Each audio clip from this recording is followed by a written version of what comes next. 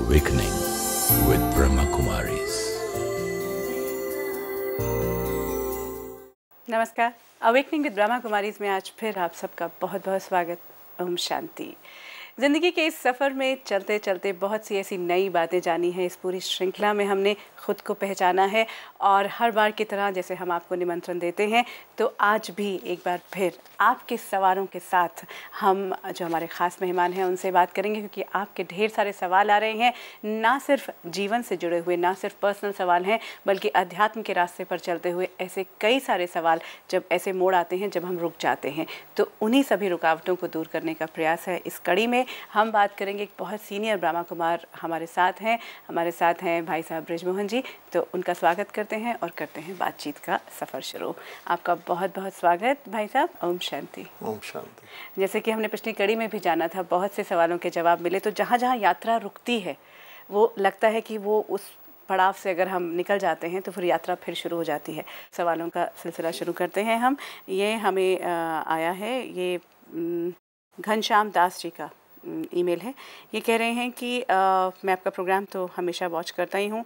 आज आपने कहा कि we are in search of bliss that we experience some time. To get it back do we have to leave all worldly pleasures? Kindly reply. हमारे episode में ये बताया गया कि आप उसी चीज़ की इच्छा कर सकते हैं जिसकी आपको कभी अनुभूति हुई हो। बिल्कुल। यदि आपने कभी आम खाया ही नहीं तो आपको आम खाने की इच्छा पैदा नहीं हो सकती। इसी प्रकार से यदि व्यक्ति को ब्लिस यानी आनंद की इच्छा होती है तो अवश्य ही उसने पूर्व में कभी न कभी आनंद की प्राप्ति की है। यह है हमारा स्टेटमेंट। अब इन्होंने पूछा है कि क्या इस आनंद की प्राप्ति के लिए हमें संसारिक सुखों को छोड़ना पड़ेगा? पहली बात कि हमें सुख और आनंद का फ़र्क पता होना चाहिए। हमेशा व्यक्ति अच्छी चीज़ को पाने के लिए घटिया चीज़ का त्याग आसानी से कर देता है। अगर किसी को 1000 का नोट मिल जाए और उसे कहे तू 100 का नोट छोड़ दे, आसानी से छोड़ देगा। तो पहली बात यह, what is the difference between bliss and worldly play, happiness. तो बात यह है कि आत्मा की जो बेसिक डेफिनेशन है वो ये है, सत्य, चित्त और आनंद स्वरूप। सत्य मीन्स कि आत्मा एटर्नल है, हम सब एटर्नल हैं। चित्त मैंने we are conscious, we can have experience of good bad, सुख दुख। लेकिन जो थर्ड है वो उसकी नेचुरल प्रॉपर्टी है जिसको हम आनंद स्वरूप कहते हैं। आनंद स्वरूप को ही ब्लिसफुल कहा जाता है। Now the difference between Anand and happiness is कि हैप्पीनेस का एंटोनिम होता है अनहैप्पीनेस। ठीक है, तो जितनी संसारिक चीज़ें हैं उनका एंटोनिम भी होगा। जहाँ सुख होगा वहाँ दुख भी होगा। हम कहते हैं सुख दुख का संसार। अच्छा, जहाँ शांति होगी वहाँ अशांति भी होगी, जहाँ प्रेम होगा वहाँ घृणा भी होगी। लेकिन अगर आप विचार करें तो आनंद का एंटोनिम नहीं है, क्योंकि वो आत्मिक अनुभूति है। उसका इस संसार की किसी भी साधनों पर वो आधारित नहीं है। वो आत्मा की चीज़ है, उसका आत्मा का नेचर है, नेचुरल नेचर है ब्लिसफुल रहना। अब क्योंकि हम बॉडी में आ गए और बॉडी में आने के बाद कई बॉडीज लेने के बाद बॉडी कॉन्शियस हो गए, अब हमें उस आनंद का तो अनुभूति है नहीं इस समय, क्योंकि हम बॉडी में हैं। तो हमें सिर्फ संसारिक सुखों की अनुभूति है और उसी की हम दोबारा दोबारा चाहना करते हैं। और हर व्यक्ति ये जानता है कि संसारिक सुख कोई भी आप लेंगे उससे उसकी सेटिस्फैक्शन टेम्परेरी होती है।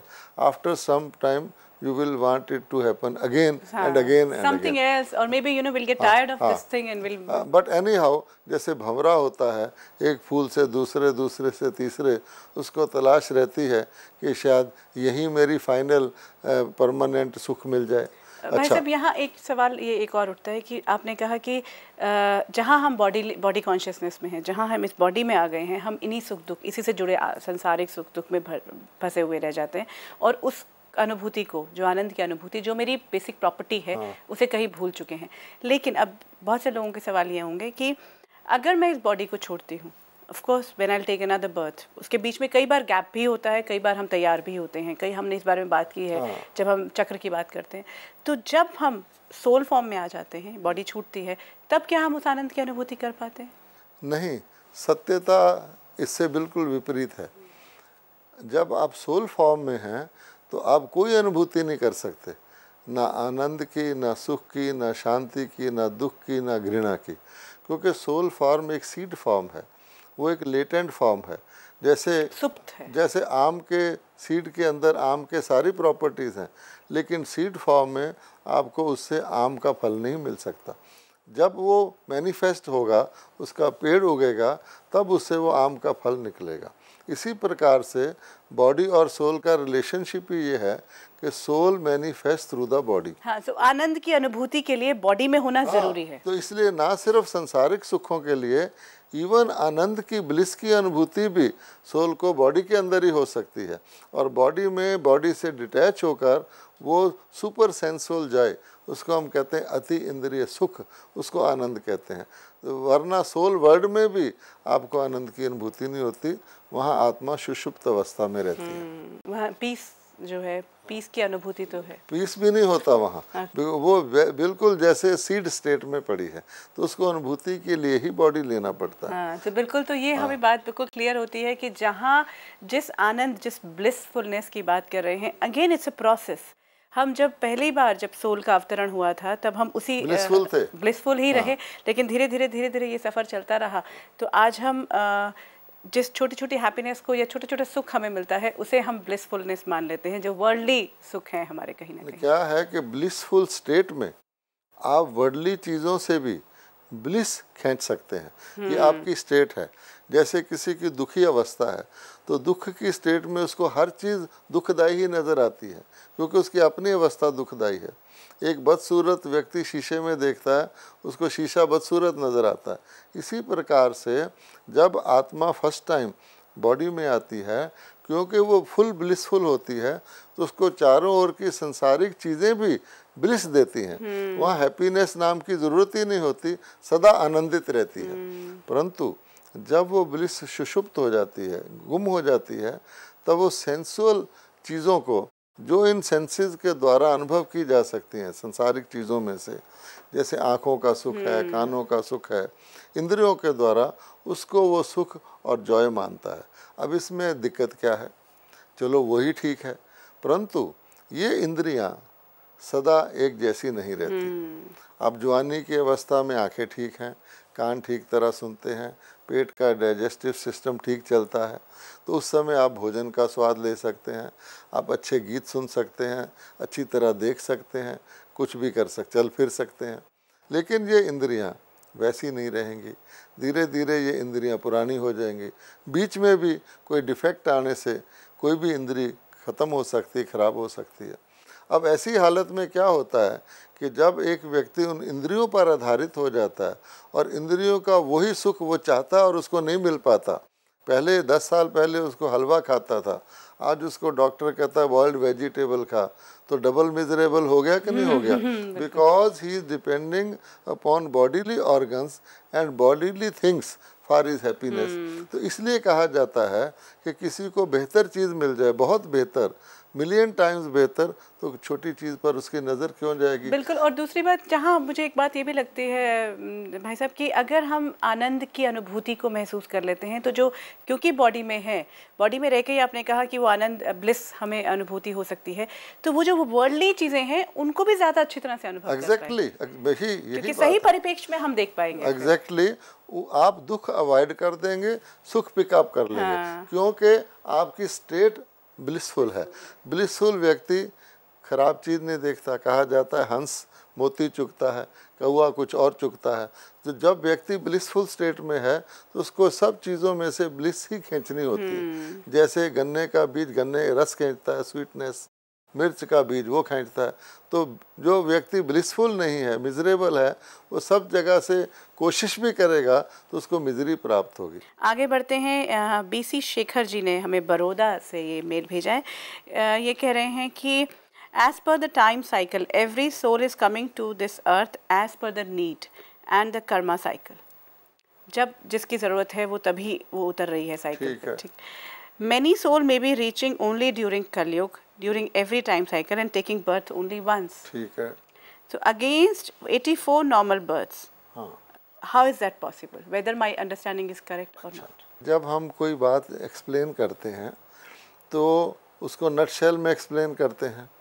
हमने ये बताया है कि किसी भी इस सारे ड्रामा साइकिल में मनुष्य आत्मा की मैक्सिमम 84 बर्थ हो सकती हैं और मिनिमम 1 हो सकती है, क्योंकि अगर 1 भी ना हो तो एक्टर ही नहीं रहा। अब आप एक नाटक को सामने लाइए, नाटक में हीरो हीरोइन एक्टर होते हैं जिनका मेन रोल होता है, वो नाटक में थ्रू आउट रहते हैं और उनका मेन पार्ट होता है। और नाटक में एक छोटा सा एक्टर भी होता है जो चाय की ट्रे पकड़ा के चले जाता है, एक एंट्री होती है, वो भी एक्टर कहलाता है। अब ऐसा भी नहीं कि उस चाय की ट्रे पकड़ाने वाले की ज़रूरत नहीं है, क्योंकि उसका यही काम है, उसकी भी आवश्यकता है उसमें। इसलिए जैसे एक मशीन में छोटे से पुर्जे की भी ज़रूरत है, आप कोई भी नाटक देख लें तो नाटक में हर प्रकार के एक्टर की ज़रूरत है। दूसरी बात टाइम फैक्टर। अब इन्होंने कहा कि सतयुग में से लेकर वो सारा टाइम रहते हैं, हीरो हीरोइन तो रहेंगे ही, और जिसकी जिस समय आवश्यकता है वो भी ठीक बात है, लेकिन इसको नाटक के कॉन्सेप्ट में देखना चाहिए। दूसरी बात, हम इसकी तुलना एक कल्प वृक्ष से करते हैं कि सृष्टि एक वृक्ष के समान है। एक वृक्ष भी धीरे धीरे बढ़ता है, पहले वो पौधा होता है, थोड़े पत्ते होते हैं, बढ़ जाता है, ब्रांचेज हो जाती हैं और पत्ते हो जाते हैं, फाइनली वो फुल्ली ग्रोन हो जाता है। अब कोई पत्ता वृक्ष में उसके 10 साल के वृक्ष की एग्जिस्टेंस के बाद निकलता है। अच्छा, हम कहें कि ये शुरू में क्यों नहीं निकल आया, हम कहें ये नॉर्मल है कि हर पत्ता शुरू में निकले। शायद उन्होंने ये मिसअंडरस्टैंड कर लिया है कि 84 बर्थ नॉर्मल है। 84 बर्थ नॉर्मल नहीं है, 84 बर्थ मैक्सिमम है कि ज़्यादा से ज़्यादा।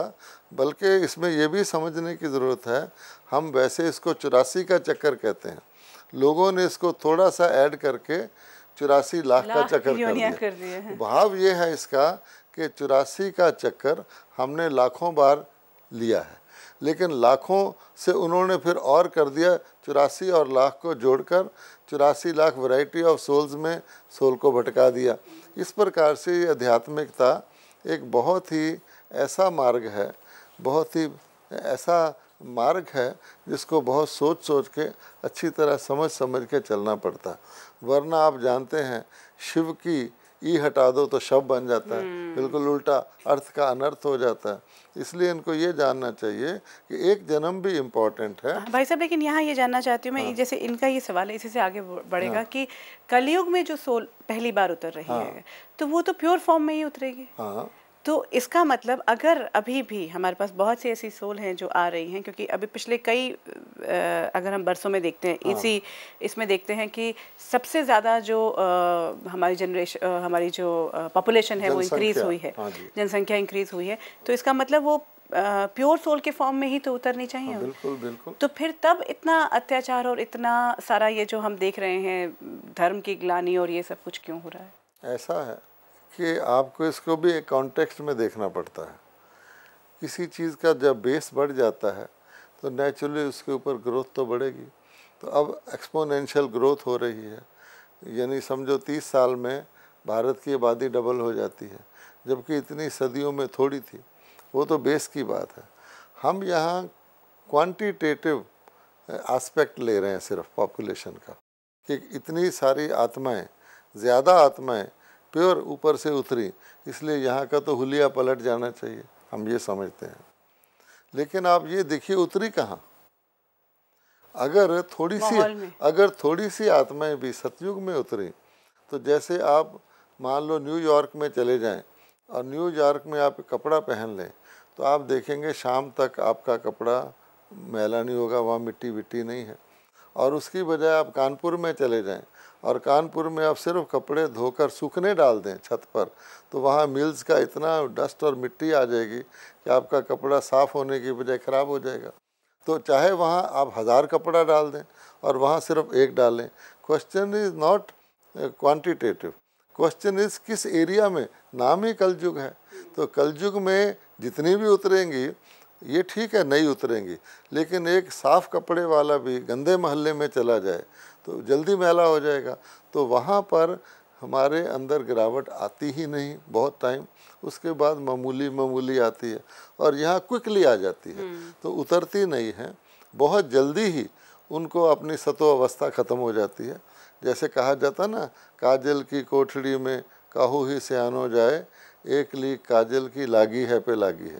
कितना समझदार आदमी भी कालख में चले जाएगा, कालख तो लगेगी। अच्छा, यहाँ एक और सवाल जुड़ जाता है कि जो सतयुग से सोल चल रही हैं, ट्रांसफॉर्मेशन उन्हीं का होना है जो, अगर अब जो जिस युग की तरफ हम बढ़ रहे हैं, तो जो प्योर सोल्स अब उतरी कलयुग में, वो हो तो रही हैं काली, या उसमें इफेक्ट होती जा रही हैं, तो सतयुग की जो सोल्स हैं वो तो ऑलरेडी इतनी डिप्लीटेड हो चुकी हैं, तो उनका तो ट्रांसफॉर्मेशन में वक्त ज़्यादा लगेगा, उनके संस्कार और ज़्यादा भारी हो चुके होंगे, जो इवॉल्वमेंट की बात है। ये भी समझने की बात है।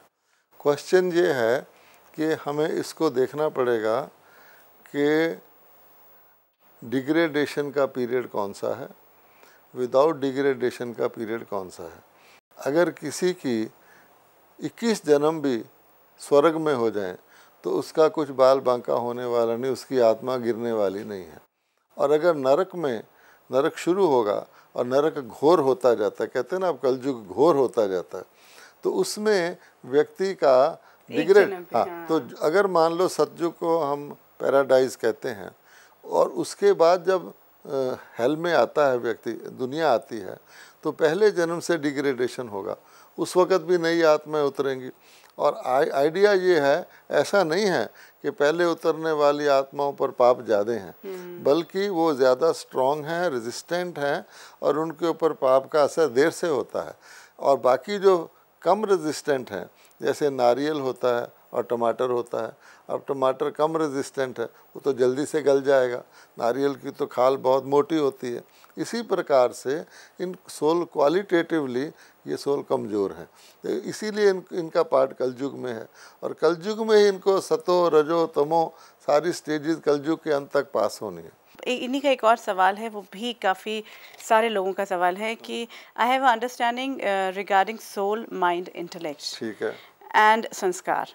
You have never mentioned regarding conscious, subconscious mind. Please clarify. ऐसा है कि दोनों विषय अलग अलग हैं। सोल, आत्मा की 3 फैकल्टीज़ हैं, मन, बुद्धि, संस्कार। माइंड, इंटेलेक्ट, संस्कार, वो अलग तरह से समझाया जाता है कि आत्मा, जैसे शरीर के लिए हम कहते हैं आँखें, नाक, कान, हाथ, आत्मा की फैकल्टीज़ हैं माइंड, इंटेलेक्ट, संस्कार। अब इनका प्रश्न दूसरा है, कॉन्शियस, सबकॉन्शियस। मैं इसमें अपनी तरफ से ऐड कर देता हूँ अनकॉन्शियस, सबकॉन्शियस और कॉन्शियस। ये है मन की स्थितियाँ कि conscious mind, unconscious mind, subconscious mind. अब इसको समझना चाहते हैं ये, तो इसको आप आसान एग्जांपल लें तो आप ये समझ सकते हैं, water in the water tank on your roof, water in the tap in your room, and water in the pipeline. ठीक है, अच्छा, जो कॉन्शियस स्टेज है ये वाटर इन द टैप है, खोला निकले आया, तो इमीडिएटली जो थॉट्स हमारे अंदर चल रहे हैं which are being used right now, वो है कॉन्शियस। जैसे आप कैश लेके चलते हैं, आज मैंने इतना खर्चा करना है, ठीक है। अच्छा, अब रह गई बात अनकॉन्शियस की, कि आपका बैंक बैलेंस कितना फिक्स डिपॉजिट में पड़ा है, टैप में कितना पानी आ सकता है, वो डिपेंड करता है आपके स्टोर हाउस पर, टैंकी में कितना पड़ा है, लेकिन वो अनकॉन्शियस है, that is not being put into use. Then what is subconscious, कि इन द पाइपलाइन है, कि अब आपको पता है कि वो तो है स्टॉक, अब उसमें से घटने वाला है, am I drawing on that stock और I am adding to that stock, तो मेरी ये जो टैप है इसकी वैल्यू कितनी है। इसलिए थॉट्स भी इसी तरह से हैं, कॉन्शियस थॉट्स, सबकॉन्शियस थॉट्स। अब आपको सबकॉन्शियस में कल आपने कुछ किया, उसका आपको आज ड्रीम में, एक्शन में, तरह तरह से उसका अफेक्ट आता है, दैट इज़ कॉल्ड सबकॉन्शियस। बिल्कुल। और अब एक सवाल और लेते हैं, हमारे पास वक्त कम है। गीता जी का ये सवाल है, ये कहती हैं कि मैं बहुत सी प्रॉब्लम फेस कर रही हूँ। Through internet while going through spiritual matters I got a message to always chant Hare Rama Hare Krishna mantra and Hanuman Chalisa to get rid of our problems and to get peace of mind. I tried and it is definitely possible to get peace of mind, but the problem still persists. ठीक है, piece of mind तो मिला लेकिन problem रही। I always pray to Almighty to solve my problem, but there is no change in my worries. Does God really listen to us? Many things in our life we have to solve on our own, but when sometimes it is not at all possible for us to tackle certain deep-rooted problems. So when we pray with utter faith and devotion, will the Lord not listen to us? So then how can we trust that He is there with us always? Because I'm very much worried about myself. I'm not able to lead a normal routine life. Again वो गीता जी क्या कहना चाह रही हैं कि इन्होंने जब chanting की या जब भी मंत्रों की बात करते हैं तो पीस ऑफ माइंड तो मिल गया, लेकिन प्रॉब्लम वहीं की वहीं रह गई. So who will sort out our problem? Actually भाई साहब, ये बहुत बड़ी समस्या है कि हमेशा हम ये डाल देते हैं कि जिम्मेदारी उसकी है. हम हर बार कहते हैं कि आप हमारी प्रॉब्लम सॉल्व करो. क्या ऑलमाइटी या परमात्मा हमारी प्रॉब्लम को सॉल्व कर सकता है, या वो हमें ताकत दे सकता है कि हम अपनी प्रॉब्लम खुद सॉल्व करें? ये एक सवाल बड़ा कॉम्प्लेक्स है और ये हर एक की लाइफ में आता है. इसमें क्लैरिफिकेशन भी चाहिए और इसका जोड़ परमात्मा में विश्वास से भी है. ये कई लोगों का परमात्मा में विश्वास घट जाता है, कईयों का टूट भी जाता है, इसी वजह से कि इस तरह की क्लैरिटी उनके अंदर नहीं है. होता क्या है कि या तो हम सब कुछ परमात्मा पर डाल देते हैं और समझते हैं कि परमात्मा ही सब कुछ करेगा. अब परमात्मा क्या करता है और हमें क्या करना चाहिए? नॉर्मली हम क्या करते हैं, जो अच्छा है वो मैंने किया, जो खराब करा वो भगवान ने किया. हाँ जी, कोई बच्चा पैदा हो गया, खुशी सब मनाने लग गए, भाई बड़ा अच्छा हुआ, धन आ गया, बहुत अच्छा हुआ, ले लिया, हे भगवान तूने क्यों ले लिया? हम उसको ब्लेम करना शुरू कर देते हैं. पहली बात, प्रॉब्लम किसकी है और क्यों अराइज हुई? That's the basic question. तो प्रॉब्लम किसी के पास आती है तो उसके अपने ही कर्मों के हिसाब से आती है. इन्होंने अपनी प्रॉब्लम मेंशन नहीं की, इन्होंने सिर्फ कहा कि एक प्रॉब्लम है, बहुत बड़ी प्रॉब्लम है, मेरे से बियॉन्ड है, ये इनका चलो कोई बात नहीं. लेकिन बेसिक क्वेश्चन, ये प्रॉब्लम मेरी है. मान लो मैं एक स्टूडेंट हूँ, मुझे एग्ज़ाम में अपीयर होना है, तो किसको अपीयर होना है? मुझे होना है. मेरा एक टीचर है, बहुत अच्छा टीचर है. इसी तरह से मैं एक ह्यूमन बीइंग हूँ. परमात्मा को हम सतगुरु कहते हैं, गाइड है, गुरु है, टीचर है. अब मैं कहूँ कि परमात्मा मेरी तरफ से एग्ज़ाम में भी तू अपीयर होया, परमात्मा को तो डिग्री नहीं लेनी, मुझे लेनी है, मुझे पास करना है. तो likewise I have the problem is of my own creation, whether immediate creation और of the past birth, but it is my problem, I have to solve it. जैसे मान लीजिए ऑपरेशन करवाना है, तो मैं कहूँ कि मैं ऑपरेशन करवाना है तो मुझे करवाना पड़ेगा. मैं कहूँ मेरा डियरेस्ट फ्रेंड है, बहुत डियरेस्ट है, मैं कैसे मानूँ तू डियरेस्ट है, तू मेरी जगह ऑपरेशन करवा ले. Like that you know we must be very clear कि मेरा क्या रोल है. तो मेरी प्रॉब्लम मैंने सॉल्व करनी है. जैसे मान लो गीता को ही ले लें, परमात्मा ने गाइड किया पांडवों को, परमात्मा खुद लड़ा कि मैं पांडवों की तरफ हूँ तो मैं ही हथियार लेके लड़ना शुरू कर देता हूँ. नहीं, उसने कहा मेरी मर्यादा है, मैं गाइड करूंगा, लड़ना तो तुम नहीं है. ज्ञान, उन्होंने ज्ञान का शस्त्र दिया, गाइडेंस दिया, शक्ति दी, समझ दी. इसी प्रकार से परमात्मा का रोल है कि अगर कोई फेथफुली बहुत भावना से उनको याद करता है, उसकी बुद्धि की क्लैरिटी. आमतौर पे लोग मानते हैं, हे भगवान मुझे सद्बुद्धि दे, मैं धन नहीं मांगता, कुछ नहीं चाहता, सद्बुद्धि दे, मुझे शक्ति दे. तो परमात्मा शक्ति दे सकता है प्रॉब्लम सॉल्व करने, बुद्धि दे सकता है. अगर हम रॉन्गफुली ब्लाइंड फेथ में प्रे करना शुरू कर दें कि मेरी प्रॉब्लम भी तू सॉल्व कर दे, तो that is not God's role. तो जो उनका रोल नहीं है वो कैसे करेंगे? तो ये it should be very clear. अगर हम सचमुच बहुत अच्छी तरह क्लैरिटी से परमात्मा से शक्ति मांगते हैं, याद करते हैं, तो नेचुरली हमें कोई रास्ता मिल जाएगा. लेकिन रास्ता हमें ही चलना पड़ेगा. रास्ता मिलने पर भी हमें ही चलना पड़ेगा. बेस्ट डॉक्टर हमें बेस्ट मेडिसिन दे दे, खानी तो हमें, दवाई हमें खुद ही खानी है. वो एहसास लेकर हम उस रास्ते पर चल सकते हैं. और लेकिन वो चलना हमें ही पड़ेगा. तो गीता जी, उम्मीद करते हैं कि ये कर्म की फ़िलॉसफी, काम करने की फ़िलॉसफी, खुद की प्रॉब्लम सॉल्व करने की फ़िलॉसफी आपको ज़रूर समझ में आई होगी. भाई साहब, आज आप हमारे साथ रहें. और ऐसे छोटे छोटे जो मुश्किलें आ जाती हैं कि ये हम पूरी श्रृंखला में तो हमने बहुत बार बात की, लेकिन इस तरह से एक क्वेश्चन आंसर सेशन ज़रूर हेल्प करता है. बहुत बहुत धन्यवाद भाई साहब. आज Om Shanti. Om Shanti. If you wish to discuss your problem or have a question to ask or want to know your nearest Raj Yoga Meditation Center, call us on 099 99 744 855. अब वक्त है कि आपसे विदा लें, लेकिन इसी दुआ के साथ, इसी उम्मीद के साथ कि अवेकनिंग विद ब्रह्मा कुमारीज के इस सफ़र में आप और हम फिर शामिल होंगे। अगली कड़ी में करेंगे फिर मुलाकात। अब इजाज़त देते हैं। Om Shanti. Om Shanti. I'm a peaceful soul. Om Shanti Om. I'm a peaceful soul. ये ध्वनि मंगल ध्वनि है। ओम Shanti Om. This sound is a sacred sound. Om Shanti Om. Om Shanti Om. I'm a peaceful soul. Om Shanti.